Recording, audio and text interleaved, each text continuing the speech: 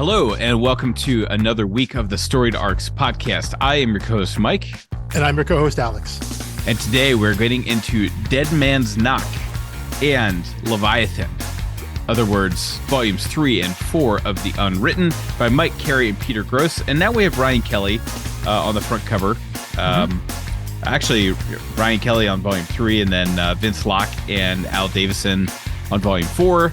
As we kind of hinted at in the Zero, this is still a Carey Gross project through and through. Yeah. There are lots of other, artists and, I don't know, pencilers, inkers, colorists, letterers that come in and out throughout the series, but impressive continuity in the style.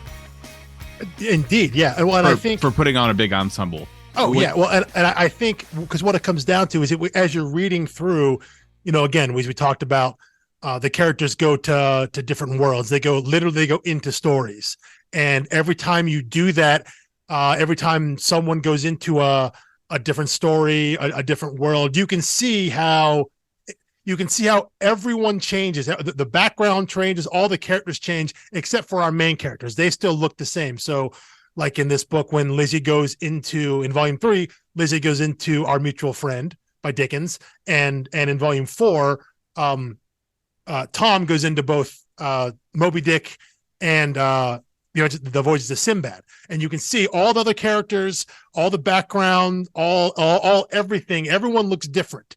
And there you can tell, okay, that's where they brought in someone else to, at least as they're credited in the comic, they're credited as finishes by. Meaning, I think Peter Gross was there basically doing the pencil, the main line work, and then whoever they brought in for these other issues for finishing, maybe finished up the detail, did the inking, and then gave direction to the colorist, so everything looked a little bit different. So yeah, you mentioned Ryan Kelly. He was brought in to do the finishes on an issue. We'll probably spend a little bit time on issue 17, which is The Many Lives of Lizzie Hexam, which is the Choose Your Own Adventure issue. And then in volume 4, Vince Locke did finishes kind of throughout the whole volume there. Various pages here and there, any sort of the kind of the side stories, side areas, he did the finishes on throughout, like the Moby Dick stuff and all that. And then Al Davison did the finishes on the final issue of the arc, issue 24, which is titled Stairway to Heaven, which is where we jump back to the Polly Buckner story. And one thing real quick, what I love about that is, so we're back with Mr. Bunn, Polly Buckner as Mr. Bunn. So we're back with our anthropomorphic animals, but because now, the first time we saw them, they were in this, the idealized Willowwood stories. Everyone's very cartoonish, very bright, very childlike setting there. Then he gets thrown away basically, and he emerges on this like endless staircase, what amounts to like a version of hell or something.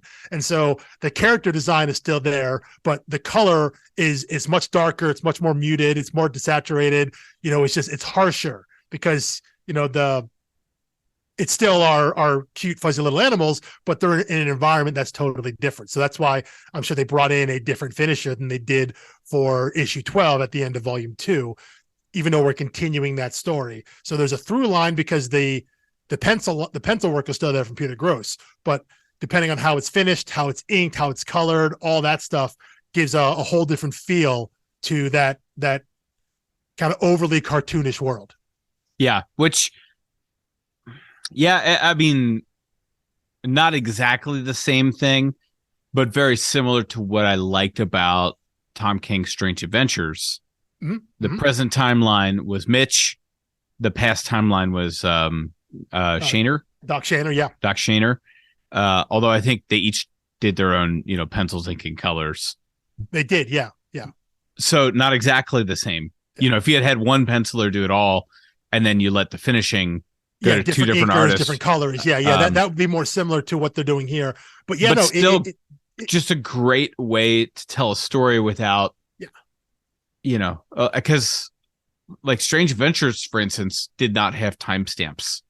You just knew when you flipped a page, oh, this is where we are now. Yeah. And sometimes on the same page, like maybe top 2 panels were done by Mitch, and then the third one would be done by Doc, and that's a wild way to make a comic, to send 2/3 of your page to someone and then leave that gap there, and then maybe the next page is all Mitch, so maybe or however it works. Yeah, it's a wild way to make comics, but it works because there's an obvious visual signifier that you're somewhere different.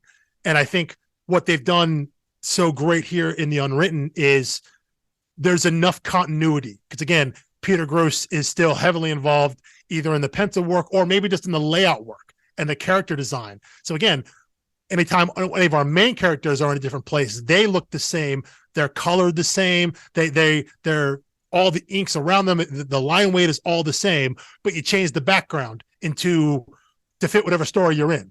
Whether you're in a Dickens story or you're in Melville's Moby Dick.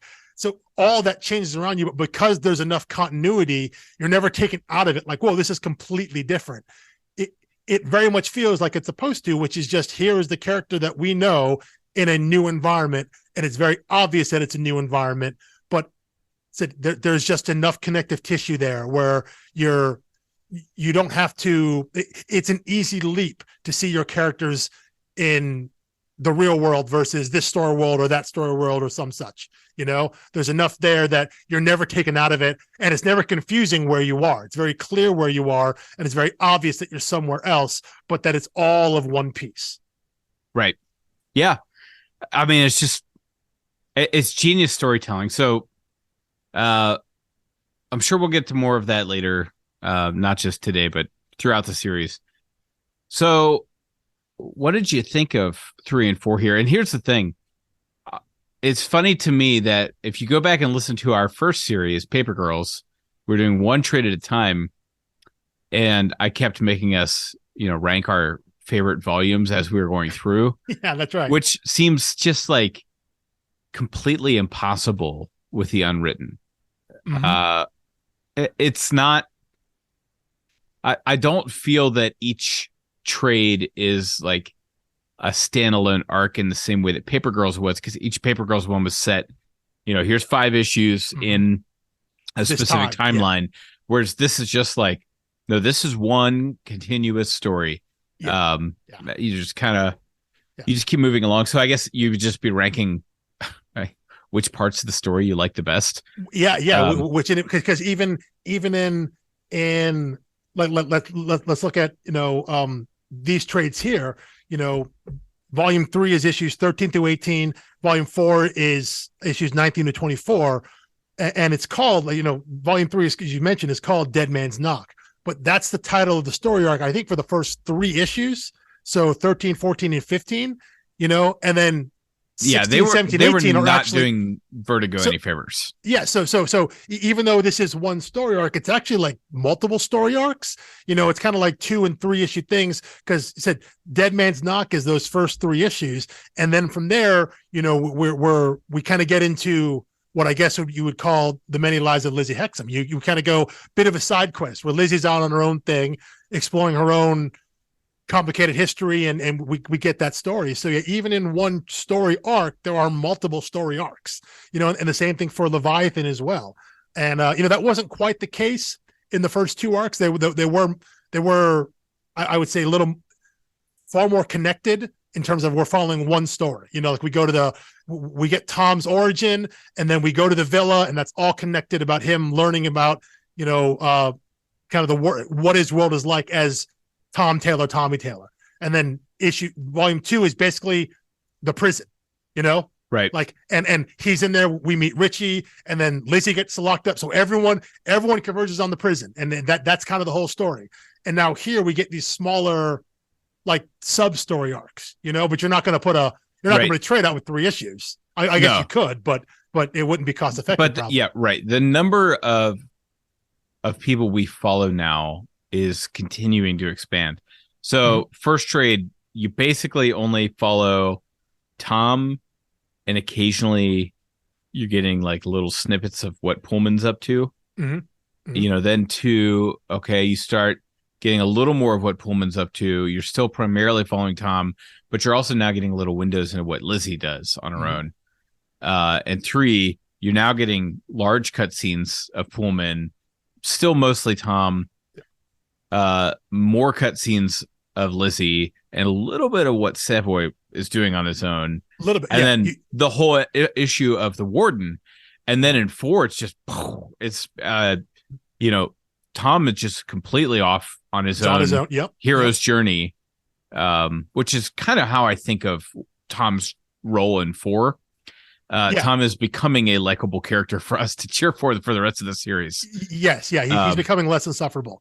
But I think you're right there because you say okay. I said he's more likable. You said less insufferable. In my mind, does that mean by the end? Do you ever like Tom? Like you? I'm not saying the reader, but you. Yes, I think you do. But I think especially in especially in the first arc, the first trade, and really into the second. Like Tom is really just kind of an insufferable jerk. Like he really is. Like he starts really low for me in terms of like character likability. So he has a long way to go, and he does work his way up as he starts to understand more and more of his role in things, and that kind of that first kind of peak for him, that first epiphany for him happens at the end of the 4th trade, or again the second to last issue of the 4th trade, end of his story, because the last issue of the 4th trade is, again, that's another Mr. Bunn story. But at the end of 23, he finally has some clarity. And so that's now that instead of him just constantly complaining that no one tells him anything, because I think that's one of my least favorite character traits, when you have the main character and it's like, you're the key to everything. You're so important. You're the chosen one, blah, blah, blah, blah, blah. And naturally, if someone hears that, they're going to ask, well, why? What makes me special? What do I have to do? And instead of being told, he gets these notes from his father being like, remember what I taught you. And he's like, remember what? Everything you need to know, you already know. And he's like, I don't know anything. And so instead of getting a straight answer about anything, it's just more cryptic stuff. And so that journey, your character, I find, naturally becomes insufferable because all he wants is just someone give me a straight answer. To be fair, I'm on the same page as Tom. Yeah. So yeah. I guess I'm a little less irritated with him because I feel so related. I'm like, maybe I want to know what's going on as well. That's true. And maybe that's what the function is. And because I've read this a number of times through, these early ones are just like, oh God, just someone just at some point you read it over and over again. Just someone give him an answer. Someone give him a straight answer. Like his in 3 when he finally meets his father and he's introduced and he gives him the wand glitter spar. Like all his father does, and maybe this is just the character he is, all he does is chide Tom for like, you're wasting time. You've screwed up. You're not doing it. You're not paying attention. And Tom is just like, I don't know what I don't know. So I don't know what to pay attention to, like just tell me what I need to do as opposed to assuming I already know. And that sort of thing, I get frustrated on when that gets carried out for long period of times with the character that is ostensibly your protagonist, your hero. Oh, so, I mean, I think that's like the hardest Harry Potter book to revisit is the 5th one. Yes. Because you're just so in the dark, and so is the character. You're just so in the dark for so long, and there's so much whining about the situation. And it's like, oh my gosh, please put him out of his misery. And that's one of those things, though, like, I think it comes off less annoying when that's a 15-year-old kid than when it's like a 25-year-old adult, because it does make sense that a teenager who was like, look, I've done all these things, and as Harry says, like, I've done all these things. Everything you guys know and have is because I did it. And while that's not entirely true, it's not entirely false either. He's had a lot of help, but he's like, everything you're doing is because of stuff that I've done and because of me. So tell me what's going on, because I'm the one that's doing it. Ultimately, it comes down to me, right? So just someone give me a straight answer, and no one ever does. But it makes sense that a 15-year-old would be whiny. You can understand that. Again, when it's a 25-year-old who's whiny, you're just like, dude, just shut up. Like, you should know better by now. And maybe that's part of Tom's character, is maybe this sense of Arrested Development, that because he's been trading on Tommy Taylor for so long, even though he hates it, that he's never really had to grow up. He doesn't have responsibility. He doesn't understand anything like that. He's used to things he's kind of never had to. Exactly. Yeah. So that again, it is part of the character, and I understand that. But to me as a reader, he comes off as just wildly insufferable. And so at the end of 4, it's finally like, okay, you're opening your eyes. You're starting to see now what's in front of you and what's happening, and you're no longer just completely bewildered by what's going on. He's starting to accept the things that he's seeing, and that leads to some clarity finally. Yeah, which is it's still not enough clarity for me. So here's the thing. You get to the point in this book where we are now halfway through the original series. Pretty close, yeah. Because without the ship that sank twice in Apocalypse, it goes to 9 trades, I guess. Yeah, it goes through 54. And again, not really a spoiler, but the main story kind of ends at 8, and then volume 9 is the Fables crossover, that is what happens next. Like that's what happens after the end of the next story, but it's not actually really tied to what happens in Apocalypse in volume 10. So really, yeah, there are, I would say the main story goes through 8 volumes. So yeah, we're ostensibly halfway through for that main narrative. Yeah. And you still don't know what the objective is. Yes. Because I compare that to, since we've already done so many comparisons, compare that to Harry Potter. In each individual book, there's its own MacGuffin or objective. Yes. But overarching on the series, that Voldemort is the arch nemesis. Eventually, he has to be confronted and defeated, and you want Harry to survive. So you've got all of that information from like the first couple pages. And not only that, you understand why Voldemort needs to be defeated, because he's the bad guy. You understand his motivation, albeit evil. It's clear what he wants, and thus why you would want to oppose him.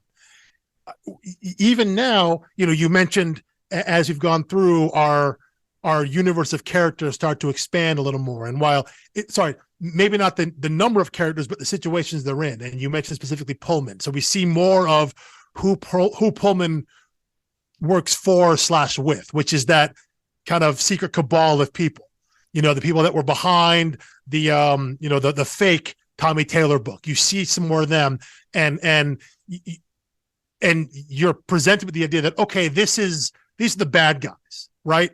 There are bad guys, but we still don't know what they want. Is it just to control the world through stories? Okay, well then why is it specifically that Tommy is the one who's going to oppose them? We just know that they seem to be the antagonists because they're the ones who Pullman answers to, and we've seen Pullman go out and attack our main protagonist. So ergo, he's the bad guy. He's a bad guy. So the people he works for have to be the bad guy, but we don't know what their motivation is yet still. We don't know what they want other than they're on the other side of what Tom wants. And because we assume Tom is our main character, we follow him and we're on his side. But since we don't know what they want, we don't know what he's supposed to do. And neither does Tom. He just knows the clarity he has is just he finally gets an understanding of his relationship to Tommy Taylor, the character, his relationship, his world's relationship to stories. That is the connection that's made. Okay, so this is how he's going to use things, right? These are the tools he's going to use. But again, to what end? We don't know. It's very rare that you would read a book and get the mechanics before you get the objective. Yes. And great way to put it. Now, for like some high fantasy, there are a lot of things where they spend a lot of time world building and giving the mechanics, but they're not telling story. This is covering so much ground with story. It's still storytelling. Yes. We just don't know the objective. Yeah. And I think the main difference there is when you're talking about, I assume when you say high fantasy, you're talking about high fantasy novel, right? Novels, yes. Which means that story, however many volumes it is, that one story is a book. So you're going to read it all the way through. And if you get to a part where maybe it's all world building stuff, you're going to go through it because you're going to get to the end of that book. And hopefully you're presuming there is an end there. Whether or not you get to the end and it's satisfying is up to the reader, but there is an end. In comics, this book could have been canceled at any time. So as issue through issue, when you're getting more of the universe building, more of this other storytelling, more of the mechanics of the world, which I find interesting and I love. But if this book had been canceled, and so we went to 24, what if it got canceled at issue 30, like the next arc? You know, all of a sudden we got either they got to cram everything in 6 issues because they had a heads up, or the story just ends. And tough luck. That's how it goes. So it's a much bigger risk to do this in monthly installments of comics, Right. which is why it's so rare. Because what is your hook? The hook here is the idea is keeping you here.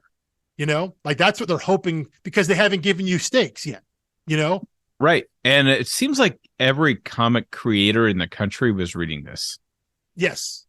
It's unclear who else, but again, as we mentioned, but the premise is so appealing. Because the book is about storytelling, the power and the use of stories. So the idea that creatives could shape and affect the world, obviously creatives, especially in the similar medium, are going to love it, because not that they don't care about story, but that's the premise that would obviously hook a comic creator. So they're going to be bought in for a premise book, a premise pilot, where we're just talking about this is what the book is about. But to the average reader who's picking up books and they want to, who I would assume are attracted to either story and or character, you're not getting the story. You're not getting those. You're getting a story. Let's change it. You are getting a story. You're getting a narrative. But again, when you don't have stakes to it, you don't know what is keeping you in the story once you start it. And at this point, it's either you like the characters, which your mileage may vary on which one you do or don't like, or you're bought in on the premise. And you can survive on great characters if you're really, really good at that. Even a really, really great premise is still it's very shaky ground to sell a comic on. And to go this long, again, it's up until we get into issue 23. So you're into the 20s now, this fourth arc, before you finally get a true sense of what the premise is and how the world operates, how this world operates. So you're looking at over a year and a half, 2 years of investment every month before you finally get, oh, this is how things work. And we still don't know why, though. And we still don't know what for. I mean, it's tough. It's tough. I understand it. I've gone through this twice, not much further though. And I'm like, I sort of know how it works. Like, I'm no longer, as I kept reading past this, I would say I have like a functional description, like a functional understanding of how this works, but I'm not sure how great I would be at explaining it or trying to write. I couldn't write fan fiction in this world yet, because I don't understand the mechanics that thoroughly, like all the rules and everything. But let's maybe talk just one trade at a time here. Okay. I know that our episode is the whole piece of two things, but volume 3, and again, not recapping that because it would just take so long. But this is where we really start to see the Cabal. I think more humor is now injected into this book. I think I don't know if that's on purpose or if they feel a little more comfortable in this world now. But I love, the little he's back wizard boy, the intercuts, like the cardboard cutout that Tom is standing in front of. Yeah. Or behind him or whatever. Which is like, it's a little foreshadowing, too. Mm-hmm. The stuff with Professor Talking Horn and Tommy, mm-hmm. I think is great. The stuff with the sham book, I love the sham. I love that. So funny. Yes, yeah. Actually, I want to. My favorite page is the one with where they steal from Harry Potter historic materials, mm-hmm. And midichlorians. Star Wars, yeah. What is powder? Tommy asked. Yeah. It's powder instead of dust. Yeah, and then the Emerald telescope rather than the amber spyglass. Yeah. Oh my gosh, he it's talks like about cringy. his knife cutting subtly. Oh my It's Lord. yes. I think it's Lord Gabriel, right? As opposed to Lord Yeah, yeah. Azrael. And Right. it's I remember reading it the first time and being like, okay, hold up now, like what's going on? Like, Oh, I didn't know it was a joke. I was like, this yeah, is the most yeah. derivative garbage I've ever Yeah, read. yeah, and then you turn the page, and it's the reviewer reading it, and he basically says, "This is the most Jesus derivative wept. garbage." That's the first Yeah, thing he yeah, says. yeah. But no, it's a wonderful fake out because, I think you mentioned it last episode that the intercuts of the Tommy Taylor stories, in those first couple books, you were kind of wondering what the relationship was of those books of those pages to the story we were telling, and a lot of that was, I think, in the early first two arcs, it was mostly just like introducing you to the Tommy Taylor books and those characters and things of that nature. Here in these two volumes, now those pages are deliberate. It's very much showing that the pages we're reading from the Tommy Taylor books are reflective of what's happening, like almost one to one about what's happening in the story. Like when Lizzie is off in her own world and then comes back and she's in the hospital, so it's just Tom and Richie together. It's intercut with a story where Tommy and Peter have lost Sue, and they have to go rescue Sue. So it's a very one-to-one comparison of what Tom is doing and Tommy's doing. I think it's meant to emphasize their connection. So yeah, when you get to the sham page of book 14 that the Cabal wrote, and it's so ludicrous. It's so funny though. I mean, it's so funny. And I love the fact that they did the joke once and it's a full page, and then they felt compelled to go back to it for just a half page, and that's the metachlorian joke, where it's like this is great, we're gonna do it one more time just because we can. So I'm sure they just think it's funny, but it works so well because it's unexpected, because you've been conditioned now at that point again to see those story pages and think, okay, we're reading the Tommy Taylor book and this is going to inform what I'm seeing in Tom's story in the real world. And then you get this complete farce of a page that is, that's just, it's such a blatant Philip Pullman ripoff that it's like, it's one thing to say that Tommy Taylor has ripped off the Harry Potter idea, and it has, but what they do in that page with his Dark Materials is just, it's so funny and overt. Again, especially with how when they italicize certain words or bold certain words, right? Like the knife cutting subtly, and like I think subtly is in bold, yes, and all that stuff. It's just it's hysterical. It's so funny. Yeah. So anyway, I think they're having more fun with it, because I don't know if I would have felt comfortable laughing in volumes 1 and 2. So I'm so confused, so overwhelmed. Now I'm kind of like in the story, and I can tell, like, okay, now we're kind of we're really going meta fiction-y. This is a story within the story that's ripping off stories from our world in this story, and everyone in their world, yeah, and everyone in ours, and their world is ostensibly our world. So one would presume that, again, in that first book, they mentioned by name Harry Potter at the very opening, and even on that page after that first sham page, he talks about rings made from a volcano, right? A sailor who eats spinach, and so one would presume that even in their world, Lord of the Rings still exists, Popeye still exists, his Dark Material still exists. So it isn't that. So that isn't just a joke for us, the reader. That would be the same reaction that reviewer has that reading that advanced copy. It would be as obvious and as ridiculous to them, that those works of fiction that we know still exist in their world. So everything about their world is the same, except they also have the Tommy Taylor books, So it's the same reaction would be felt if you've read Philip Pullman's novels, Yes, and I will say we now hit the point where I think there's some degree of snobbery built into reading the Unwritten, because a little bit. I mean, you have to be to appreciate the humor of that, and then to follow the story, you have to be familiar with, all of Philip Pullman's work, Mm-hmm. all of Harry Potter stuff. Mm-hmm. You need, working knowledge of Star Wars, Lord of the Rings, Herman Melville, Moby Dick, some other classic literature things. Charles Dickens, Frankenstein's our mutual Monster, friend. Charles Dickens, our mutual friend. And then when you have a third of one of issues in Arabic, Sinbad, which and even we'll get to a point that you and I talked about off mic, vampires. Oh yes, where Lizzie mentions other pop culture vampires. What type of vampire are you? Yeah, right. Yeah. She mentions Bram Stoker, Matheson, and King.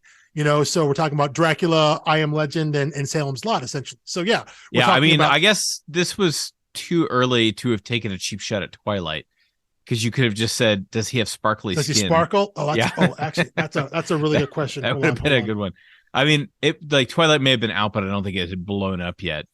But speaking of vampires, in Volume 3, Savoy's big plot beat is he gets bit by Count Ambrosia, becomes a vampire, and Count Ambrosia, who has embodied the warden, right? The warden, yes, and I was very surprised by that. Also, it's obviously a much longer play than I realized. So there is that page, when Tom finds Savoy kind of passed out on the street and helps him up, and it cuts into, it looks like Ambrosia inside of his brain looking through his mind's eye at Tom. It's like, oh, he's going to leap out and attack right now. But nope, you go 2 more trades through before Savoy has not lunged at Tom for any reason. And Tom here, being a really trusting and good friend to a guy he really doesn't know that well, has not known that long. Yeah. They went on a big adventure together. Sure. That bonds you, traveling into a Nazi propaganda book and then back out. Yeah, definitely. But they don't really know each other, and they feel like partners to the reader until you remember, they don't have a lot of backstory together. And as it turns out, as we keep going, Tom and Lizzie actually do. More than either Tom one of them realizes. Remembers. Yeah. Okay, I was going to say. Lizzie seems to have some recollection, whereas Tom's is just gone. Yeah. That's true. I don't know. I guess it is. Yeah, because Lizzie, having been conditioned by Tom's dad, and to the point where, when he tells her it's time, and I think when Wilson is talking to Tom at some point, he uses the word activated, like when Lizzie activated you. So clearly that, I think Lizzie does have memory of that, but never brought it up because she wasn't supposed to or allowed to. But Tom has no memory of this, of her being at the villa when they were both kids, and playing together and being friends and all that. He has zero recollection. And we eventually get an explanation, I think, for that. I think so. But that might be in 5, so I might want to leave it alone. Yeah. And then we see Pullman. Again, we're getting more and more Pullman, and we realize how central he is. And we see him start wielding magic in our real world. A little more, in their world, when he touches that ladder and the ladder just dissolves, and there are words written on the ladder that I can't quite discern. We saw that a little in the first couple of trades too, like when he dissolves the cell phone, and he makes a call and to destroy his phone, he's able to, it dissolves into words and letters. So we see him do that more and more. He does it with the ladder. He does it with Wilson's head.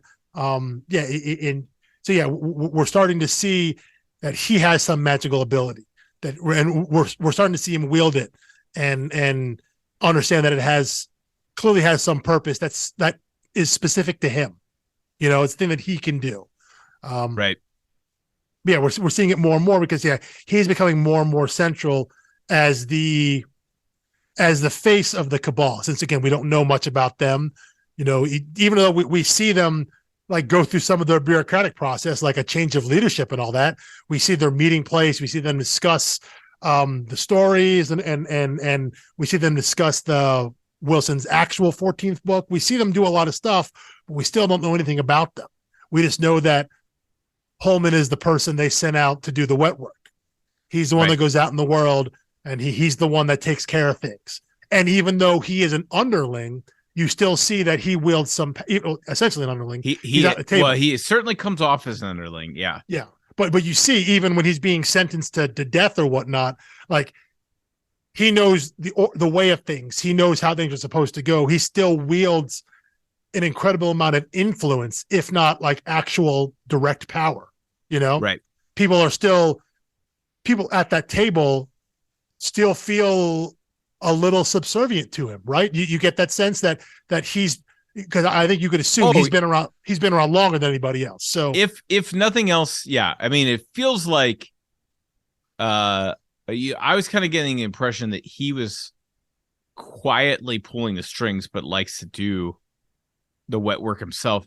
If nothing else, he's it might be like a James Bond, like the wet work guy who comes to the big I forget, I was with the Spectre organization, the guy Dr. Evil was based on.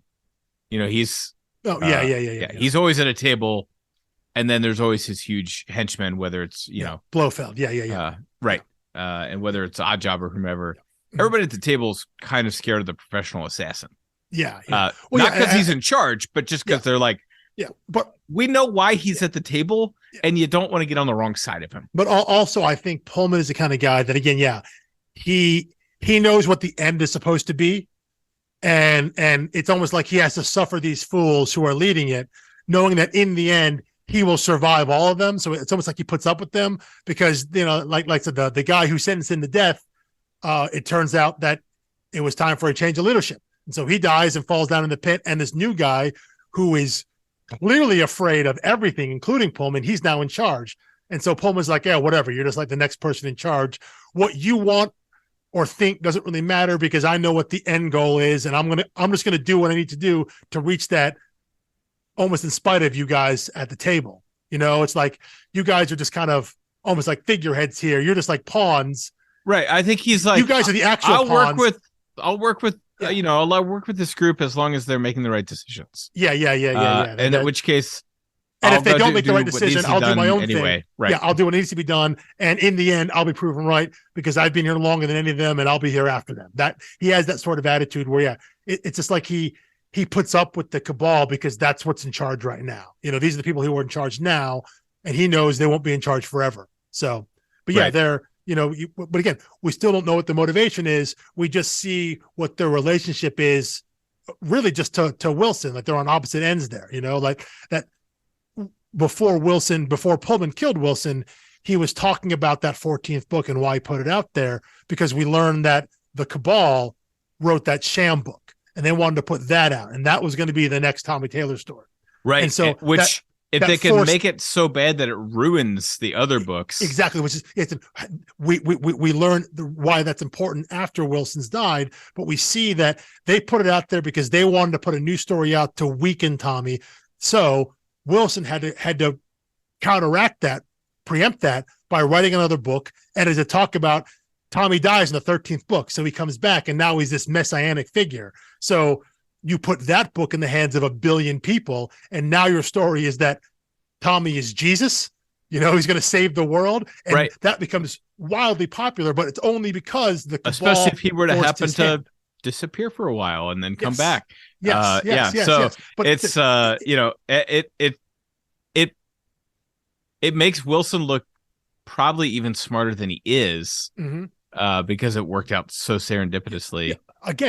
But all we know is they want to weaken Tommy. They don't want him to be. And the one lady on the Cabal is like, listen, the idea that he has messianic themes, this is bad for us. And the other guy's like, yeah, it's no big deal, whatever. But the idea that these guys are just trying to weaken Tommy, they're against Wilson, and so they're against Tom. Again, we don't know what end. It just seems like because they want to control the world, or that is it because Tom can destroy them? Tommy can destroy them and free the world. Again, we don't know what the stakes are, other than they're just trying to work against him. So again, we see the pieces being moved, but we really don't know what the game is yet. Right. Yeah. So anyway, and on the humor front, I also have this is Tom becoming more likable by taking action, and two, great one-liners. He had a couple now that I look back, volumes 1 and 2. I don't think I brought these up. But he said, I ran out of good ideas. This is what was left. Which is like his great, like, okay, let's go do a thing. That was 10, issue 10. I also had some other quotes from issue 10 that I didn't bring up last time, but that's the problem with material this rich, is like you're just gonna miss stuff. Mm-hmm. But anyway, when Lizzie gets kidnapped, presumably by operatives of the Cabal or the Committee. Yes. And he and Savoy go to rescue, and Savoy says, they've got guns. You saw the guns? And Tommy says, right, they've got guns. We've got Paddington Bear. And they shove the big and then spear him through the chest or through the neck. The throat. Yeah. Which was not like an intentional no, but it was a direct result of what they did. Yes. And I'm like, okay, well, this guy went from being like a whiny dude living in his dad's shadow, going to Comic Cons and whining about it, to a guy being like, let's knock that van off the road, even if we end up killing, by dropping scaffolding on it, even if we kill a guy, while cracking jokes about Paddington. Yeah.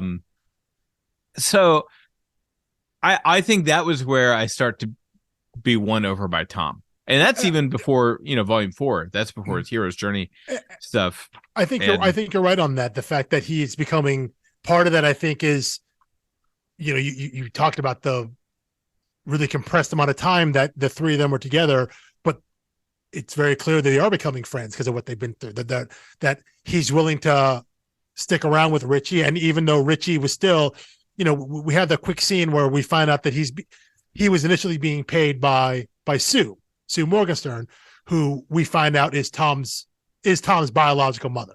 Right. And so there's some underhanded nefariousness there, but at the same time, you see him like, wait, he actually cares about him and is a friend with him, and they want to stick with them. And they're willing to go do what it takes to go rescue Lizzie, And so them becoming looser and more accepting of kind of the situation they're in, and an understanding that they're in it together, allows them to be looser, allows them to be more friendly. And I think that does help Tom's character in terms of likability, because they can joke around with each other. They can throw zingers at each other, and it comes off as being friendly now, because you feel that this trio is actually becoming a trio, Right. Yeah. Until Lizzie sees a poster, a wanted poster. Yeah. Triggers memories, a missing poster. Yeah, triggers memories. She runs off on her own, enters into a world of fiction. And in that just really brilliant issue, which it's called Dead Man's Knock, Bloodlettings. It's that's the tea pouring on the front cover. Yeah, I think that's that one. I think it's 15 maybe. Yeah, but by the time you get to the third page in that one, you get these just brilliant panels that that's 6 panels per page. They're taller vertically. On the left side, you've got our world's, like the main world's Lizzie in the Dickens setting, and on the next page, you have the Dickens Lizzie in Wilson Taylor's setting. Mm-hmm. And you have Lizzie dressed up, Lizzie as the Dickens. Right. But yeah, so you've got, in both cases, her face is a little confused, and she's clearly in the wrong setting for how she's dressed. in both places. Yeah. No matter where she is, she's in the wrong spot. She's in the wrong story at just at different points in her life. Right. So I just thought, I thought that was great. Then Tom and Savoy have to start to figure stuff out together, which is like, oh boy, that's like when Ron and Harry have to work together. Exactly. It's exactly like when Hermione is stunned by the basilisk. Well, so it's amazing. Book 2 didn't end with both boys dying. Yeah.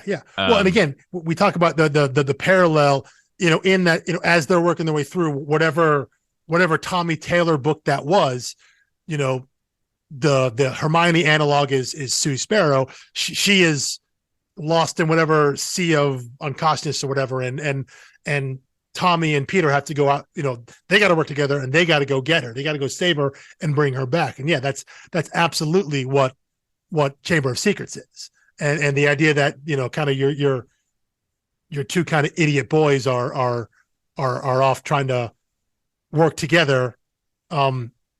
Is like there's a lower chance of success there, even though it's a story, it's going to work out. But yeah, the two of them together having to work together and figure things out. I think it leads to some good comedic moments too, because now we get those two guys by themselves on a mission, and later on when we get Richie and Lizzie together on their own mission, you also get some good comedic moments because we really haven't seen those two together. Well, and those two together are much better than Tom and Savoy together. I think so too. But again, because that's because Lizzie has all of the knowledge, all the power. Yeah. No one really has all the pieces to the puzzle. She certainly got the most scraps to work with. Yes, yeah. And really, one might say Tom has the least amount, even less than Richie does and than Savoy does.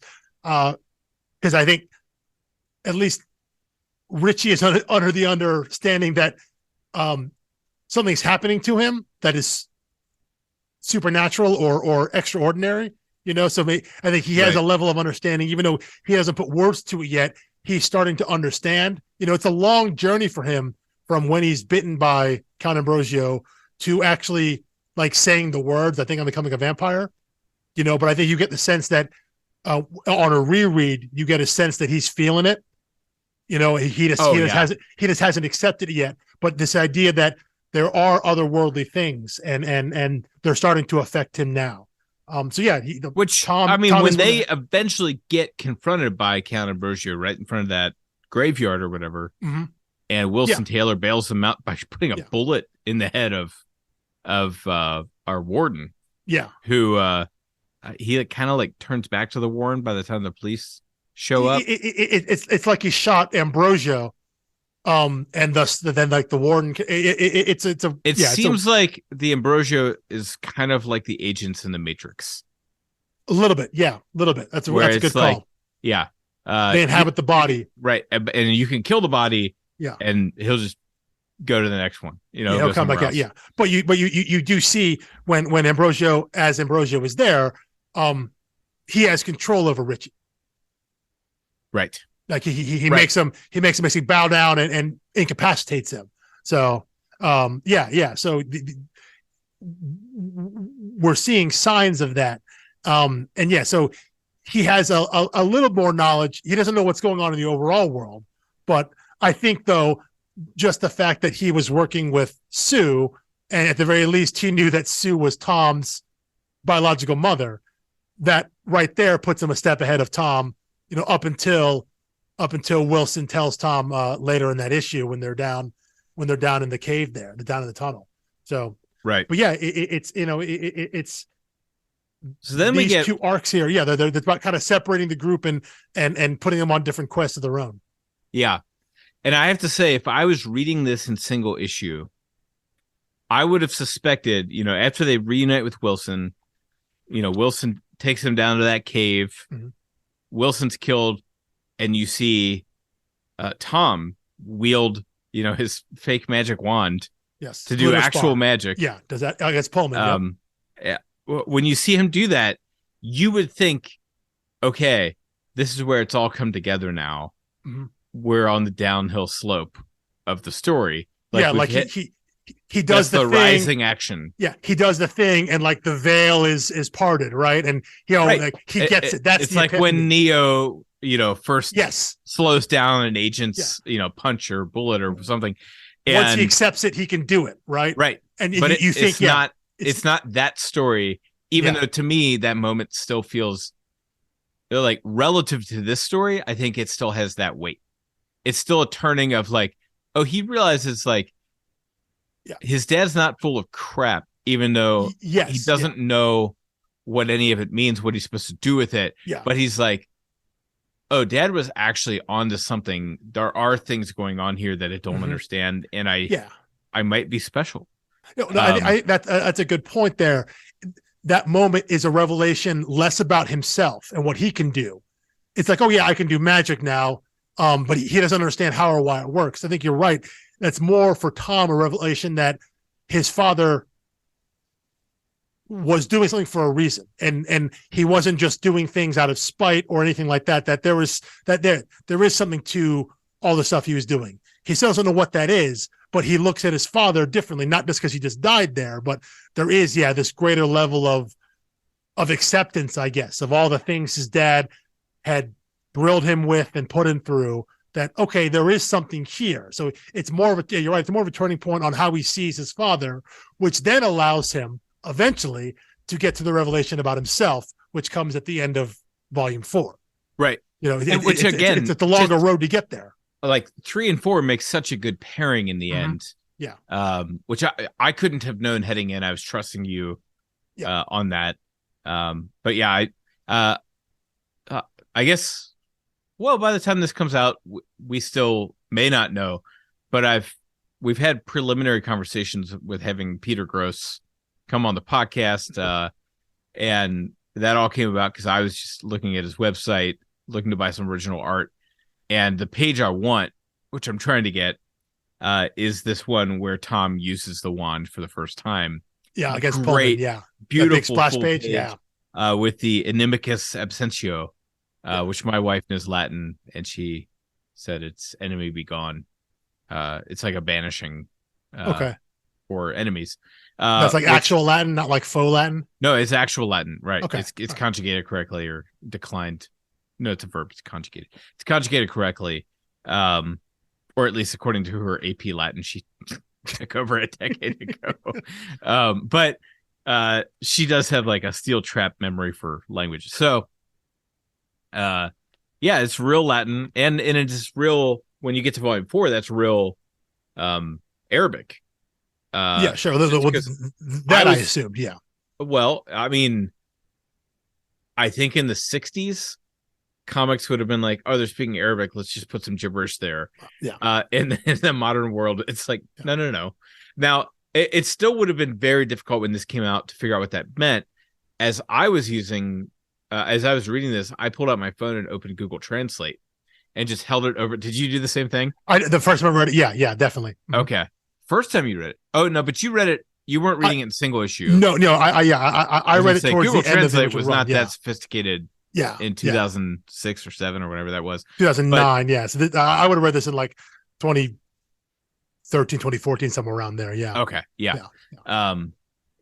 So anyway, I think that was this like the beat worth mentioning in volume 3 was Pullman killing Wilson. Yeah.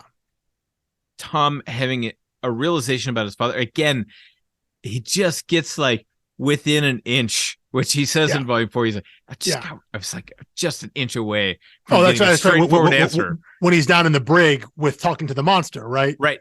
Yeah, that's right. That's right. Yeah. And this is part 1 of that. This is Wilson being like, look, I'm going to level with you.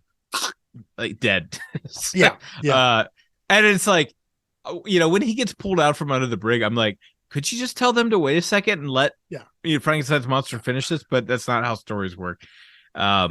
And then immediately after that Wilson one, it's like, okay, I'm in now. Like Tom's wielding magic in the real world. Pullman's doing that in the real world. We've seen them travel into stories. So we know that there's some power here. We're starting to understand this, and we jump immediately to the choose your own adventure. Yeah. I don't even know what to say about that. I was so stunned and just like giddy. I was like so pleasantly surprised because it just felt like, what won't these guys try? Yeah. Can you imagine you're picking up your monthly pool and sitting, like bring it home, from your lunch break or whatever, sit down and realize the orientation is different and the pages are all numbered and you've got to jump around. It's like, oh my gosh, like they're deep diving into literature, and they're writing parodies of like popular fantasy and fiction stuff, and it's just like they've transgressed every line, and now they're doing a choose your own adventure comic.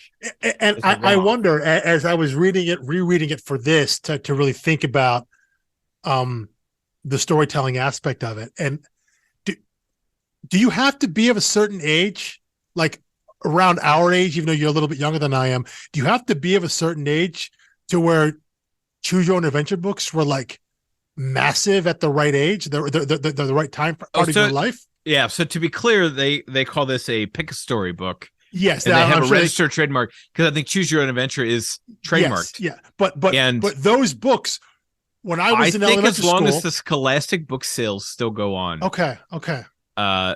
Those probably still exist because I was talking to my friends' kids, and they're really into Goosebumps, and I was like, I don't think they make those anymore.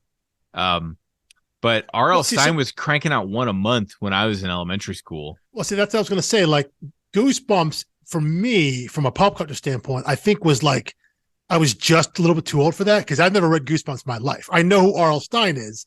I understand it, all of that, but I've never read a Goosebumps book, and I think that was just I was just old enough to where I missed that. But choose your own adventure books were huge when I was in elementary school in the late 80s into the early 90s. Like those were massive books. Like everyone read those. And so when I think of an issue like this, that, for me, being a reader of a certain age, part of the joy is not just the weirdness of it, but the very specific nostalgia of, oh, I read these stories as a kid. Right. Well, no, I mean, I did that too. And I'm wondering if you don't go down rabbit trails. I'm wondering if you don't have that. Is this book just? Is this issue diminished at all? Is it just a weird sojourn into? I would think so. Okay. I mean, there was some movie, I don't know, like 20 years ago, where the DVD menu had a choose your own adventure feature. And I was super into it because it was nostalgic. And I keep waiting for like Netflix or some streaming platform to create a choose your own adventure TV show where at the end of each mini episode, you choose the next path. And they filmed both of them and you go through the whole thing. Oh, what I was going to say is they don't quite have that, but Netflix does have a show. I was recording this right now in January 2023. There is a show called Kaleidoscope, which is not choose your own adventure, but you in that way order. Yeah. You can choose which order to watch the episodes. And my understanding is you get the same story, but obviously the progression you take will change your perception of things. So they haven't quite done a full choose your own adventure kind of thing. It does remind me of when the Clue movie in 1985 or 86 first came out. The initial reels that went out, there are 3 endings, and whenever it's shown or aired now, you get all 3 endings. But initially, but each theater had a different ending. Yeah, initially, so you would go to the water cooler the next day. Yeah, and talk about the Clue movie, and that was the point. Arguing with each other. That was the point. It was different. Now it would have been great if there were endings for each one of the characters, and then the mass ending. But yeah, so there are times you play with that. But again, I wonder, someone who is like, I don't know, 25 years old now, like, would they have grown up reading choose your own adventure books? I honestly have no idea. So I don't know. I could phone a friend right now, but I'm not going to. But I can say is I'm a few years younger than you. Yeah. And I read Choose Your Own Adventure. My wife is 8 years younger than me. That's what I was going to say. She knows Choose Your Own Adventure. Okay. So when I told her about this issue, she was like, "Oh yeah, I used to read those." Does she have this? Okay, she has the same connection to this, because that's what I wonder. If you don't have, if you're simply aware of their existence, which I'd imagine people are, because it's pretty self-explanatory. If you're simply aware of their existence but didn't have a connection to it, if this issue reads the same way, or if it's just like cumbersome. Because I Right. in my head, what fuels my love of this issue is the nostalgia, and a large part of it is I'm just someone who loves the mechanics of comic storytelling. So the idea that someone takes a swing like this, I think is really cool. I love playing with that medium, but so much of it for me is just this specific storytelling technique that connects me back to childhood nostalgia. So if you don't have that, are you just recognizing the craft and then you're like, well, that was interesting, but it was annoying? Like I wonder if that's that response is there. I think it's also, we just learned that there are 2 Tommy Taylor book 14s, one written by the head of the Cabal and one written by Wilson Taylor. And we're now put in the shoes of Wilson Taylor and the Cabal guy. We can choose the dark or happy ending for the character in the story. So to me, it felt like meta and fourth wally in that way, even without the choose your own adventure thing. It was, hey, what you read and believe about these characters will impact these characters, which is kind of the premise of the Unwritten. Yeah. And it's putting you in the driver's seat. So it's like, to me, it was not just a fun gag. I like that. I hadn't thought of that. It's giving the reader, actual agency of the story. Right. And that mimics the agency, perceived or not, of what the world, the Unwritten, is presenting, in that what the reader believes, what the audience believes and understands to be true, can manifest as being true. So they have agency of the story. They have power to dictate what happens, right. What happens. Yeah. No, okay, you do dictate what happens. Yeah. And because of what you choose to believe and what you choose to accept in terms of these fictional characters have consequences in the real world. That I had not thought of it that way. The idea of giving the reader agency, the reader agency, mimics what they're trying to set up, the main thesis of the whole story. Right. Which the audience, the consumers have agency. That's interesting. I like that. That's cool. Might be the next issue where we see no, it already happened, where the Cabal guy was sitting down, like, talking about how this was his masterpiece. It was a shame he couldn't put his name to it. Yeah. As he was like dealing with the sham book.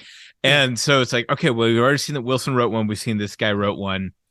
And we know that whichever one gets popular traction will be the one that manifests, begins to manifest reality. So anyway, because I take Mike Carey too seriously to think he would do something like this as simply a nod to the choose your own adventure style books from like a certain era. It's not just a shout out. I think it also everything has a little bit more to it. Like I said, it also could be a bit of representation of however they want to do it, with whatever, like, actual psychosis that Lizzie and / that's the Jane, other layer. So that's what I'm saying. Like, this is probably, I can't say that, top 10 or Unwritten is like a top 10 favorite series, but this is a top 10 easy favorite single issue of anything I've ever read. Just because I thought they had played and twisted fiction as much as was humanly possible within a comic, and then they just level up to one more. I thought we were on the top floor, and they took us to the roof. And so just all of those layers that you can read into it, and like we were talking about with David Aha, what he said to us about the seeds last week. I'm sure Mike Carey would say, like, even if he hadn't thought of, like, oh, I'm putting you in the driver's seat, you're now the one making decisions for the characters that will manifest in reality.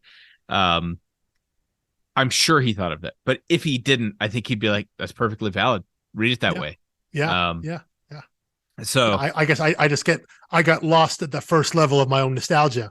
of like, oh, this is from my childhood. Well, but you also read her psychosis into it. It's like, her mind is kind of a choose your own adventure type exactly. story. It's a bit jumbled. Yeah. So right. those are the so two there layers are that I read. Multiple layers. Yeah. Yeah. So just never underestimate this book. Yeah. I will not do it again. I left that behind. So anyway, and then volume 3 ends with the Cabal picking a new leader, which is a mysterious process. Yes. That suggests they have someone pulling the strings for them that isn't the actual leader. Yeah. Again, there are more questions being thrown than what we see about them, that this is this table of people who are in charge, but yet they are subject to the whims of like whatever scroll that gets pulled out of this wall or idol or whatnot, and it's just a matter of and no one questions it. Like the guy goes and the meek guy, he pulls this scroll out, it's got a number on it, and what does it do? He just puts a knife in the leader. That guy falls dead into the pit, and now he is now the new head of the table, and everyone just understands. Everyone around him who's just watching, who were just following the orders of the previous leader, now just you immediately switch because this is the way of things, and you're not giving any explanation why. But it is, I think you're just meant to understand that whatever the shadowy cabal is, they answer to something higher to them still. Right. So you are just left to accept that and understand and trust that you're going to get more answers to that. That's all you're left with. You're just left with more questions. Cause I don't think they want you to spend a whole lot of brain power thinking about that now. I think they just want to set that there. Cause that last issue there, what is it? Issue 18. There's a lot of cabal stuff there. A lot of stuff going on there about, and clearly laying pipe. Yeah. So I think they just want you to have that in the back of your mind of a little bit how they operate, what they do, who they are, so that when they start revealing what their aim is, what their plan is, then you can start thinking more about that. I don't think they want you to spend a whole lot of time examining, well, where did that scroll come from? Who are these people? Why are they in charge? What do they want? I don't think you're meant to do that. I don't think they want you to really spend time on that now. They just want to lay some pipe down, put the foundation down there. So when they come back to it, as they come back to it, you can just reach back and get those nuggets, and connect the dots as you go, as opposed to trying to connect all the dots now when you only have like 4 of them on the page. Yeah. At any rate, moving to volume 4, I've quite a bit less to say about this, not because fewer things happen, but my biggest question mark was why it started the little titles at the top of each issue, which I figured out eventually. Once he enters Moby Dick, I realized this whole thing is written like Moby Dick. Yeah. And I pulled off my shelf just before we recorded to confirm my suspicion. I was like, it's been a long time since I read Moby Dick, like many, many years. And my copy, 520 pages, 135 chapters, roughly 4 pages per chapter. And they're all little, 2-word or short sentence titles that just keep you moving, because it was published in a magazine format. Yes. So canonical format. Yeah. Right. So it's coming out, 4 pages at a time for 135 months or weeks or whatever. Not unlike the Unwritten itself, like a comic book, a slow drip. So, I thought there may be some other reason why he's chosen to do that for volume 4 and volume 4 only. That's my best guess. But the fact is that it's called Leviathan. The whole thing hinges around finding the white whale, chasing the white whale, Tom literally going into the book. So yeah, right. That's and all some of like the narrative boxes are written in Melville's voice when you're in the Moby Dick story, which is it's like you're reading along. It's like you're reading along. Again, it's like the narration boxes or the narration text when you're in the Tommy Taylor story. Because again, Tommy Taylor's Right. story is not a graphic novel. That's a prose book. So you're reading the text as if you're reading the book, and then you're just seeing the action because they can draw it. I think it's the same thing when he's in Moby Dick, that it's like you're reading the passages from the novel as you're seeing Tom in the story interacting with things. I think it's meant to evoke that same thing.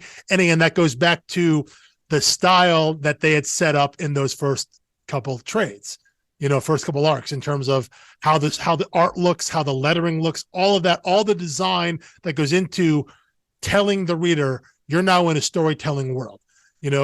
Whether it's Tommy Taylor, whether it's that one page of Frankenstein that we see early on in the first trade. Now, Jude Suisse. Now we're in Melville's novel. We're in Moby Dick now, and so it's a very quick. You can see that, and you understand that the text you're reading, those narration, is not just narration. That's the prose text of the novel. That sort of thing. Yeah. Yeah. So a brilliant storytelling. But I'm glad I wasn't missing something huge. It's just a visual cue to let you know this is what we're doing. But also, it reads in trade like it was written in trade. Whereas in single issue, there wouldn't have been, you would have had the great foresight to know, like, all of these are going to be in the same trade for Moby Dick, so it's all going to be kind of written this way. But it also ends up working out pretty well because their narrative is now split in so many directions that you're just bouncing around all the time. You see, Wilson invent the staircase with Tom's mother. Then you see them in, Nantucket or wherever they are. Doing the Herman Melville tour. They're in Pittsfield, I think. Pittsfield. Yeah, Pittsfield. Yeah. Yes. And then you meet the toy maker, Rausch. Yes, Rausch, Madame Rausch. I don't have a lot to say about Rausch in this episode.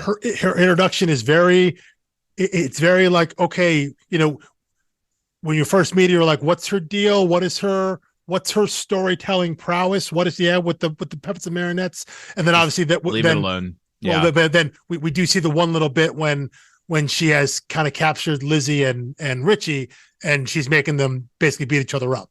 It's just that's just a show of what her power is. But again, we don't know where it comes from. But it's another way to tell a story, right? Right. And there's the written word versus now a performative aspect.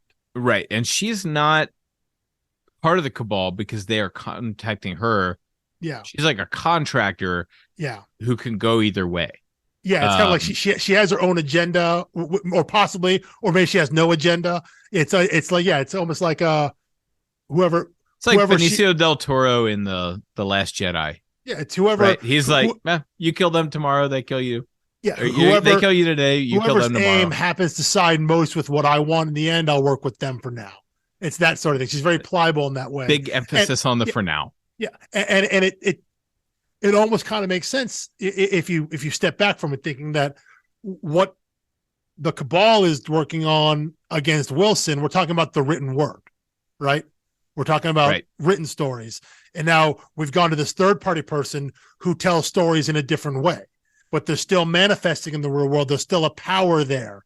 So it is, it's almost like you would assume she has her own agenda that is maybe different, but it's like, it is like a cousin there, because it's a different form of telling a story. It's a different form of weaving a tale, and we see how that and so thus it manifests in the world different. Like there's an actual control there. It's literal puppetry, Right. So she, we don't know what she wants, but it's obviously she has a history. She knows Pullman.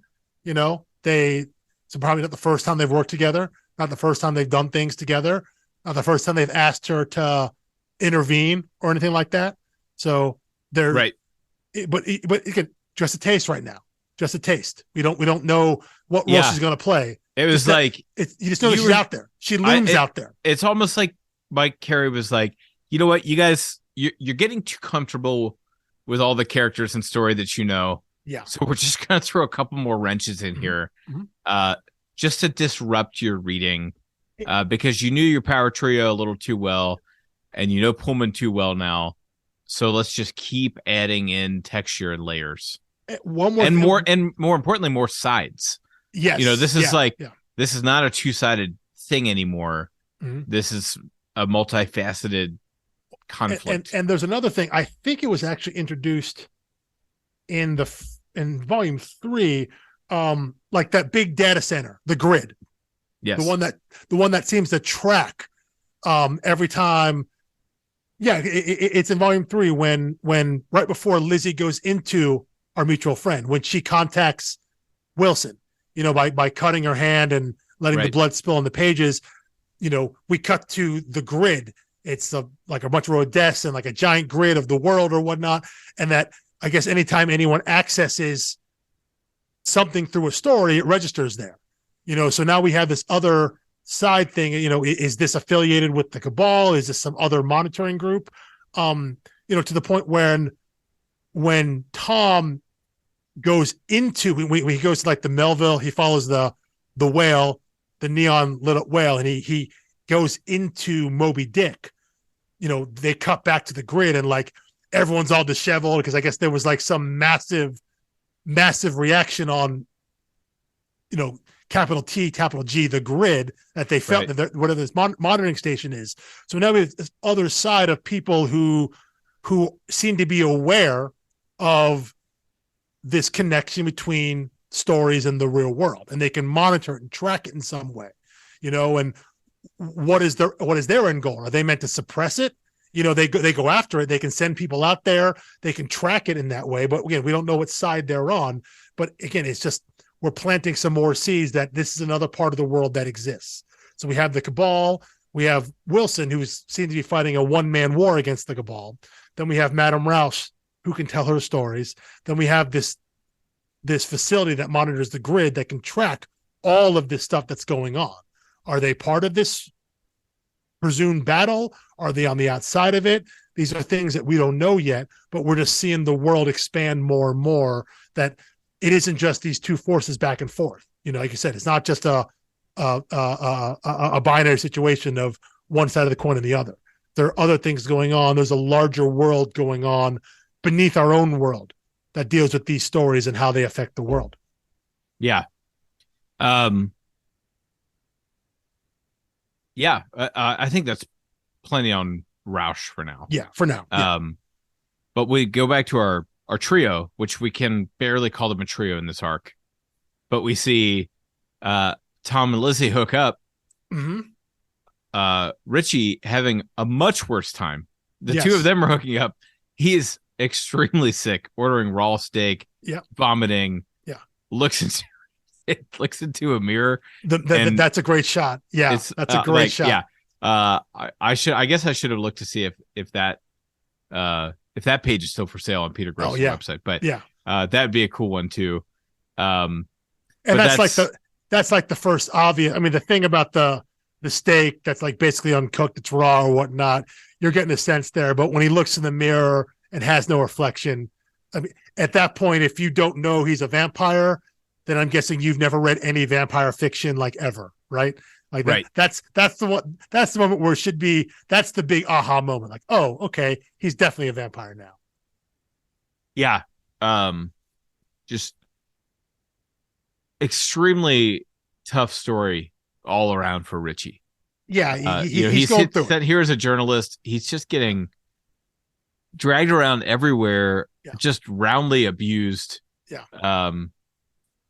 And then the spotlight really goes to Tom and Lizzie, because there's that really great cover, that shows both of them leaning on the house, and on the inside of the house is the two of them playing with the boat and a whale as kids. Yes. Which, not much to say about that other than, they're into each other, but Tom is now so consumed with this Melville quest. Yeah. That, he abandons them, goes off on his own adventure. Roush starts pursuing them. There's that great conversation, which you and I have referenced. I can't remember if we've referenced it on air or not, but the conversation about what type of vampire Richie is. Yes. Yeah. Well, then it's one of those things where he, that's right after Tom goes into, Lizzie and Richie run after Tom, try to help him. They get to him right as he disappears into Moby Dick, and the two of them are there.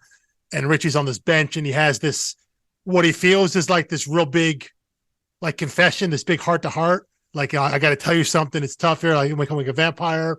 And Lizzie's first reaction is to stand up. And he's like, oh, that's good. That's right. You should, I'm dangerous. Step away from me. And then she pulls out 2 sticks and holds them at a cross and holds it at him. Right. And he's just like, starts looking for garlic. Well, he's like, what are you doing?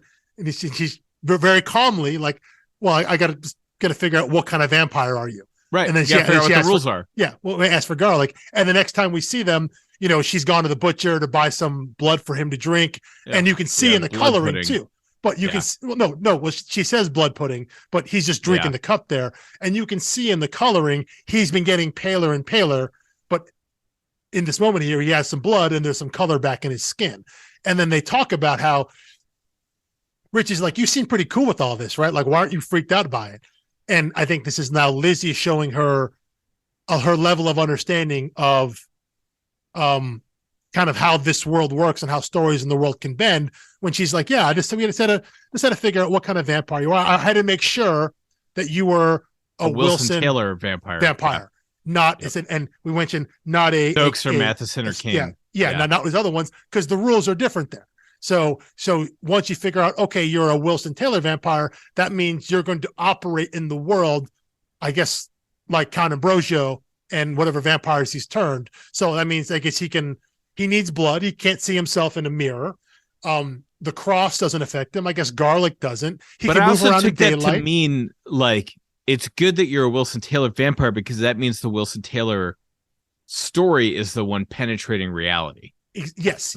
Which means as long as you're a Wilson Taylor vampire, Tom is becoming more and more Tommy powered. Yeah, I think that's part of it too. Yeah, the idea of knowing what the rules are for Richie specifically, like how we can deal with him, what he's able to do. But yes, also in the larger world, that means this is what has permeated, that you are part of the story now in a way, because it was Count Ambrosio, a Tommy Taylor character, a Wilson Taylor creation, that bit him. So you are of the world, and this is what's permeating out. You're right. So it's twofold there, I think, on that confirmation. One is simply, how do we care for Richie? We have to know what kind of vampire you are so we can figure out how to make you function. And the larger point is, okay, this narrative that Wilson put forward, this is the one that's coming through into the world now. Yeah. And then, not to neglect Tom, but we see a very strange Captain Ahab who looks like Wilson Taylor. Yeah. And we realize he's and I don't think we really get too much of an explanation other than he left an imprint of himself in that story, because it was, Tom rightly says Wilson Taylor wasn't alive when this was written. He didn't write. He didn't have anything to do with the writing of Moby Dick. Why is he here? And this is where I was like, in a Jeff Lemire story, we would learn that the whole story was just about father-son relationships and trauma and things like and how he's projecting on every story he's reading, and which is a great take. Like, that's, I continue to read everything Lemire does. This is bigger than that. This is not. This isn't character driven in that way. Yeah, well, because as it says, Tom sees it and he sees his father, but it's not actually his dad. He just looks like him. Right. I think he talks about too, when Frankenstein's monster shows up, he's like, he doesn't remember me, doesn't know me. It's like, well, it's not actually your father. So it is Captain Ahab. You're perceiving it as your father because of whatever, again, psychic metaphysical residue has bled through the stories. So right. And we get that reminder in here eventually that when Wilson's putting Tom to bed when he's a kid, he's explaining Frankenstein's monster and saying, he can think and he can speak. Yeah. He only became a monster because of the way society treated him. Yeah. And you see the monster standing outside of Tom's bedroom window looking in as Tom's looking out the window. And and he said, remember that, Tom. So I have to think that comes into play in some other way. Perhaps that is Pullman's story, or perhaps that is, some other character we have not yet met yet, has started out good and become the villain, or perhaps that's true of Wilson himself at some point, because we know that Wilson and Pullman had a working relationship. Even if it was strained, they had a working relationship together at some point. Yes. They were on the same side, whichever side that was. They were on the same side at one point. Right. Or Wilson was part of the cabal or whatever. Yeah. So anyway, we get some expository dialogue between the monster and Tom. Yes. But again, just within an inch of being helpful. Yes. Yeah. But it's picked up later, though. It's picked up later. But yeah, half an inch. That moment in the brig, it's like, okay, I'm going to get some answers here. Here we go. And then, nope, pulled back up. Yeah. So then, you get the Roush stuff. You get the, more movement on the boat. And then you have Tom's big realization. Yeah. When he's standing on the wave with the monster as the story is kind of frozen. I think they're going up that tidal wave, right? And everything stops. And Tom's like, oh, I think I broke something. It's a life on the ocean wave, a home on the rolling deep. Yeah. Which, there are no numbered pages in the single issue or the trade, which is a bummer for book club style discussion. Yeah. But at least these little chapter headings. In this one, it's helpful. Yeah. It's easy to get through. 4.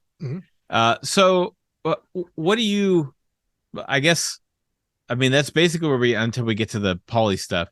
Yeah. That's where we end here. What do you make of this revelation at this point? I think, and if you can think back to your first time reading. Well, yeah, when I was thinking first back, I that's what I try to do when I read this, especially a book that I've read a number of times, because on subsequent read-throughs with a story that I like, oftentimes, you breeze past the parts that less interesting, focus back on the stuff you do like, just focus on the art sometimes. So I'm not always focused on like the meat of the story when I do a reread. So reading it again with more focus for this specific exercise and trying to think back the first time, at this point, this is where like dots started to connect back. And I started thinking about kind of the larger sense of like what would this mean in our world? I think, hold on, what's the word? The equilibrium. He talks about the fictional unconscious. Yes. That's what he's tapping into. This idea that things exist because of the reader's suspension of disbelief. That as long as people are reading Tommy stories, as long as they're reading it and believing that Tommy Taylor can do magic, then Tom Taylor will be able to do magic, because that's the connection. And because, which is what I was just saying about Richie's vampire. It's like, the fact that Richie's getting Wilson Taylor vampire powers is a good thing for Tom. Yes. Yeah. And I connected this back to the short conversation that Tom had with his father, specifically about glitter spar, about the wand, when he hands it to Tom, and Tom's like, what, a magic wand? And he's like, no, it's a piece of plastic, but what he did, though, such a great line, though. It is a great line. But what he explains is that as part of the promotion for the book, he had commissioned like millions of these things, not because of the highest quality. All that is just to basically flood the market. He wants to make this item ubiquitous, so everyone knows, even if you haven't read the books, you would know what this item is. And I started thinking about items like that in our world, if they exist, and there aren't many of them, at least not that specific. Because I think at this point, if you handed someone like a random piece of wood, a twig or something, everyone understands that is just a magic wand, right? Whatever it is, whether it's shaped, whether it's just a twig off a tree, if it's all bent and crooked, knotted up, whatever, that's a magic wand. But it's not specifically Harry's wand or Hermione's wand or things like that. The thing that he's penetrated here is that this specific item is glitter spar, has a name, and that is Tommy Taylor's magic wand. And that is what's permeated the consciousness. And that's what he's put out there and made it so ubiquitous that, again, I think people who don't even know who haven't read the books will see that item and be like, oh, that's the wand from the Tommy Taylor thing, right? And just that connection is enough to help fuel, help to buttress the actual fandom, the people who are rabid about it. And that's what helps fuel Tom's ability to channel magic through this item. That's what's important. Yeah. And again, I was thinking about what are items like that in the world that if you handed to somebody anywhere in the world, they would know, they would have an idea of what it is, even though they didn't know where it was from. And I couldn't think of anything specific like glitter spar as a wand, but I thought of like a lightsaber, right? Like, sure. I mean, people who don't know Star Wars know, oh wait, that's the sword from the Star Wars thing, right? Like that's one of those things it's ubiquitous item, right? Am I off on that? No. I think to get more precise, if it was a red lightsaber that had the two vents coming out of the side, that's not a lightsaber. Yeah, that's true. Kylo Ren's. Well, okay. I but in general, though, I think you're right. I mean, if it lights up red, it's a bad guy, and probably people would probably think Darth Vader if they know nothing about Star Wars. Right. If they've never seen Star Wars and just all they know about it is what they've absorbed through living and being a person on this earth. Right. Yeah. I guess I was assuming a slightly deeper fandom for the sequel trilogy, which is probably. I'm saying, the ubiquity of the item. You hand it to, you show a picture of this thing, a red lightsaber.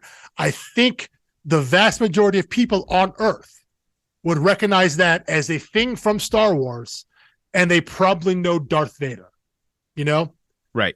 They would connect it with that, and there would inevitably be people who call it Star Trek, and then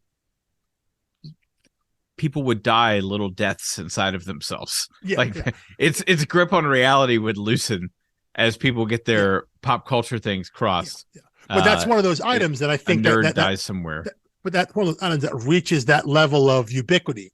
And I was trying to think of other things like that. And I don't know from pop culture if we have anything like that now, you know? I mean, like if someone had a tattoo of a lightning scar on their forehead, that would be so recognizable.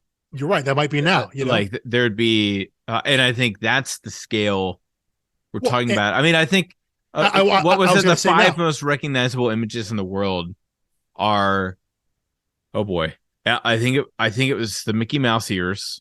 I was going to say that one. The Nike swoosh. Oh, that's good. The McDonald's arcs. There was a list of them, and it was like demonstrated at one point, and I remember reading like Trevor Noah's memoir of growing up in South Africa when the first McDonald's opened there, and he said it was like lined up around the building. You had to wait like 3 hours. Yeah. And the food didn't taste good to them, but it was McDonald's. It was like, we're gonna force ourselves to like this, because we have one now. And the fact that they knew about it so much before they even got to hold it, that they just willed themselves to enjoy not good food. Yeah, well, and so the only thing, the brands I think about are those kind of brands. They're essentially businesses that reach that level of ubiquity. He said, I am thinking of things like from pop stories culture. Are better, right? Yeah. The idea of what has penetrated that level, and said I can't really think of much. Although I'm thinking maybe the Superman S. Oh, sure. That you show anybody that, and they'll know that's Superman, whether they know anything about Superman. They know the idea of Superman. You show that to them, so it's that level of penetration that Tom finally understands as to why this exists and why he has this ability. But again, when I read to the end there, that's where my mind goes, thinks about, you know, what in our world has reached that level of saturation in terms of a story like that even if you haven't read it, you would know, oh, that's that thing from that one thing. And even if that's all the connection you have, that's enough to help feed the power that we give to this object. You know, just the recognition of it. It's just the recognition of it and its connection to the story. Just because you know that much, that minimal amount is enough to help feed. You know, it just keeps it moving forward in history. Yeah, it feeds the machine. Right. Yeah. Which is all it needs to do. Mm-hmm. So, yeah. Any other thoughts on Tom's emerging powers? I know we're we're probably coming up close on 2 hours here, but we're probably getting there. Yeah, no, and not we want much, to talk not about much on his Polly. powers. Yeah, not much on his power because it ends on a high note for him. It ends on him having some clarity on what he can do. I wouldn't say it's not apotheosis yet. No, but no. It is the self-discovery that has been much needed, and it turns him into a protagonist. Yes, like, yeah. I think it was kind of unclear why we were following him before this, other than he's Wilson Taylor's son. Other than we being told to follow him, yes. Wilson Taylor was the most important person in this universe. He disappeared, and Tom's what we have left. Yeah. So we're following Tom until he emerges and is like, oh, yeah, Tom's special. Yeah. Now we understand that there is a connection between Tom and Tommy, the person in the story. There's a reason for all of that. And now that Tom understands that it wasn't just his father stealing his childhood, again, like the kind of the origin of the story that Mike Carey talked about, the comparison to Christopher Milne and A.A. Milne. It wasn't just the father taking his son's childhood and turning it into profit, that there was something greater to it, that connection is meaningful and it matters. And now that Tom understands that, he can now move forward into the next part of his journey, which happens starting in the next book, because like you said, the actual last issue of this group that we're reading is a Polly Bruckner issue. It's a Mr. Bunn issue. So right. Yeah. Yeah. So what do you want to say about that? Well, it's beautiful. Yeah. I mean, it's another one like my favorite issue, the Choose Your Own Adventure one, where as soon as you're comfortable with the storytelling, they switch it up. And now at least this one is a callback, which to me says they're not just doing random crap. Yes. This is all intentional. Yeah. And you don't know that for the first one. The first one's a weird sojourn. And now that he comes back and you see that his story is continuing, yeah, I think you now see, okay, this is going somewhere. If you remember somewhere. what you learned in the first one, you know that you should expect a third one. Yeah. Because it seems like he's dead or has disappeared, but we know that nothing really ever gets erased. Yes. It's just obscured or just hidden, whatever the word was. Yeah. In volume 1. Mm-hmm. The little girl says, yeah. Bad things don't go away, just hidden. Which, by the way, most of these other animals seem naive and perhaps noble, likable, yet only bad things get thrown down here. So I'm like, why are they all down here with him? But I think we're not going to get a deep exposition on this fantasy world that he's in, aside from his continued journey through it to escape it. And eventually, I do believe he will converge with the main plot in some way.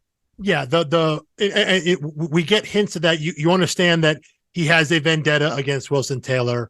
We know that he has a history with him, and so what's driving is this sense of revenge, and he's stuck here. He blames Wilson for it.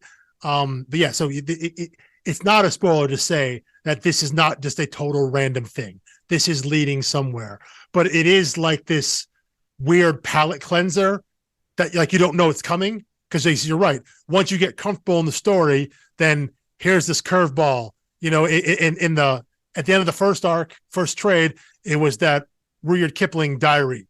You know, right. Back to the story, and then that story, volume 2, ends with the first Polly Bruckner stuff, which is the very bright, colorful, fun children's story of the animals.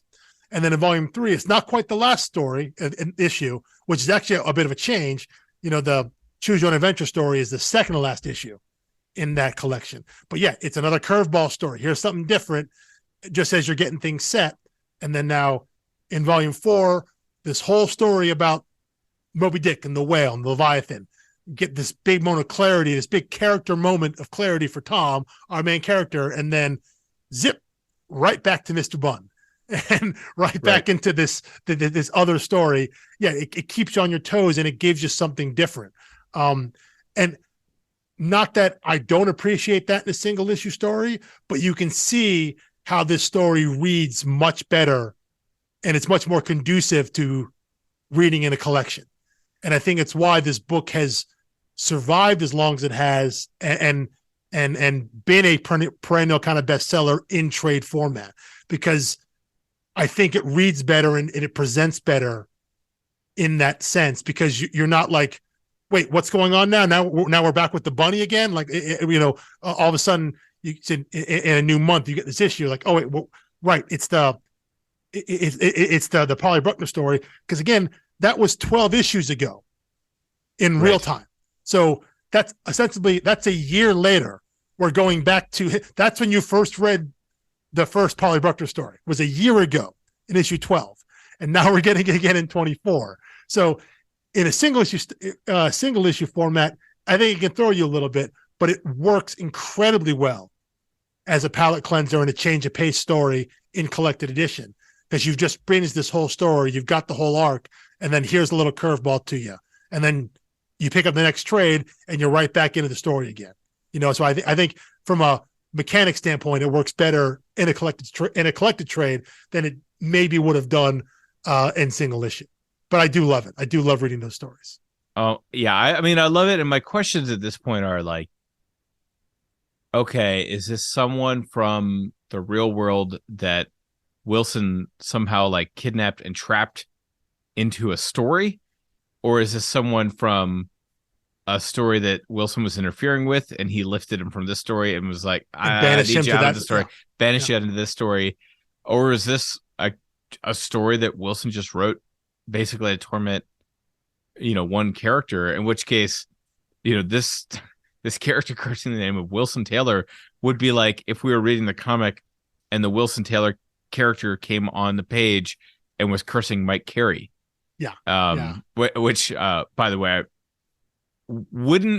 I'm not expecting it, but I can't say it would shock me if at some point in this crazy book there's a fourth wall breaking kind of She-Hulk moment kind of thing. Yeah, I mean, that's like a 16th wall at that point. I don't know. It's like there's stories inside of stories inside of stories inside of stories. Yeah. And the fact that they're all breaking each other's walls and boundaries.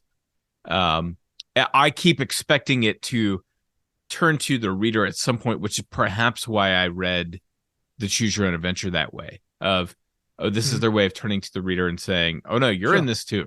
Sure. No one's not in this story. Yeah.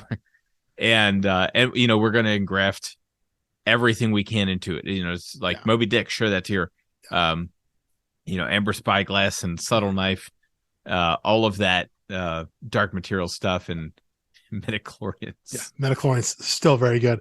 No, I think you're asking the right questions about Polly, because that will be answered. It does get answered, and it is important.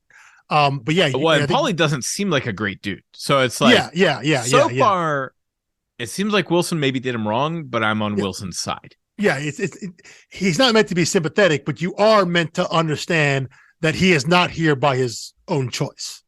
He is not stuck as a rabbit as his own choice. This is right. This was something done to him, whether you think he deserved it or not. He is not there on his own free will, and Wilson is the cause of it. But like I said, you're asking the right questions about the character. And I think that's what you're supposed to ask. You're supposed to be asking, why is this character? Why do all these animals think he's Mr. Bunn?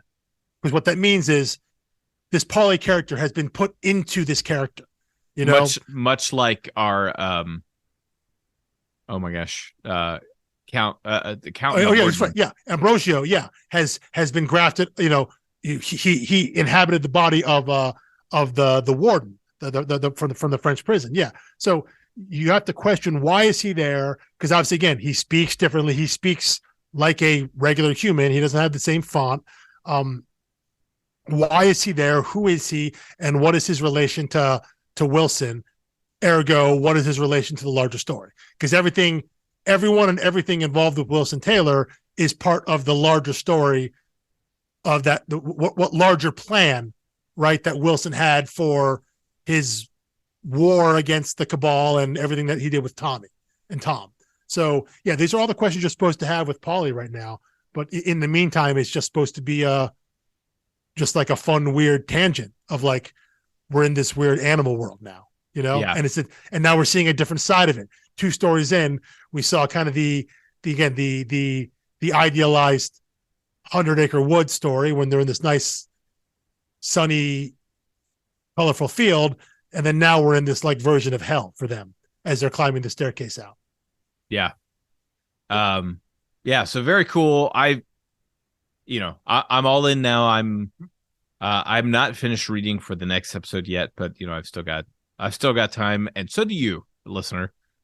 Speaking of breaking fourth walls. So we will be back next week with volumes 5 and 6. And certainly by that point, we'll have more world building. Like, of course. Yes. And hopefully another Poly entry at the end of volume 6, which I have not hit yet. I think I've finished 5. I'm currently reading 6, and I'm going to pick up the pace here as we go.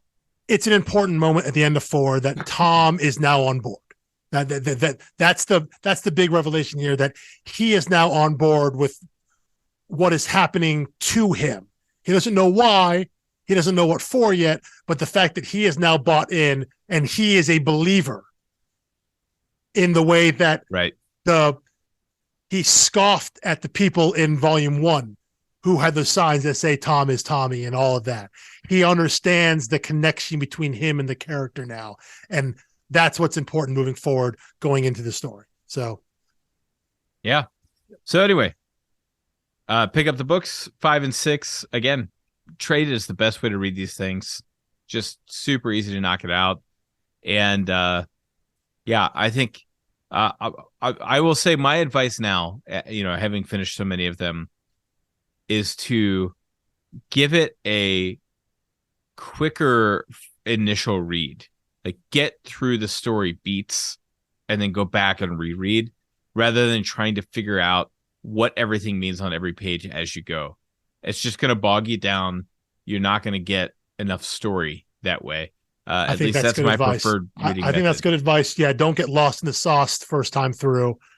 Get the story beats out of the way, understand what's going on there, and then go back through as a bit of a deeper dive, knowing that what's going to happen now. Now you can focus on the smaller detail stuff. I think that's good advice. Yeah, not for every book, but specifically for these books. This one, it works for this one, definitely. Yeah. So anyway, find us on Twitter, Storied Arcs, Instagram, Storied Arcs, StoriedArcs.com, Spotify, Apple Podcasts, wherever.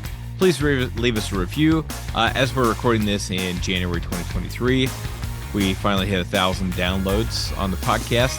A benchmark we hope to really overshadow by the end of 2023. But very grateful for everyone who's listened and shared and interacted to this point, and looking forward to a lot more of that going forward. So thank you for listening. Thank you for reading along. And we will see you next week for volumes 5 and 6. Peace.